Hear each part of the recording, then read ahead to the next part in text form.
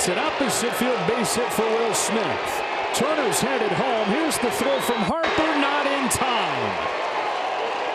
You can count on one hand how many guys in this world score on that hit. Trea Turner's one of them, and the Dodgers lead 2-0. That is a one-hop line drive. A good throw home from a very strong arm, and he made it easily. It's unbelievable. With Harper playing shallow. Yeah.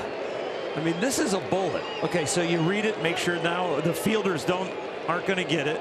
He's off to the races. I'm not sure Bryce Harper thought he would even go on that ball, so he kind of laid back on it and didn't charge it. If he comes through.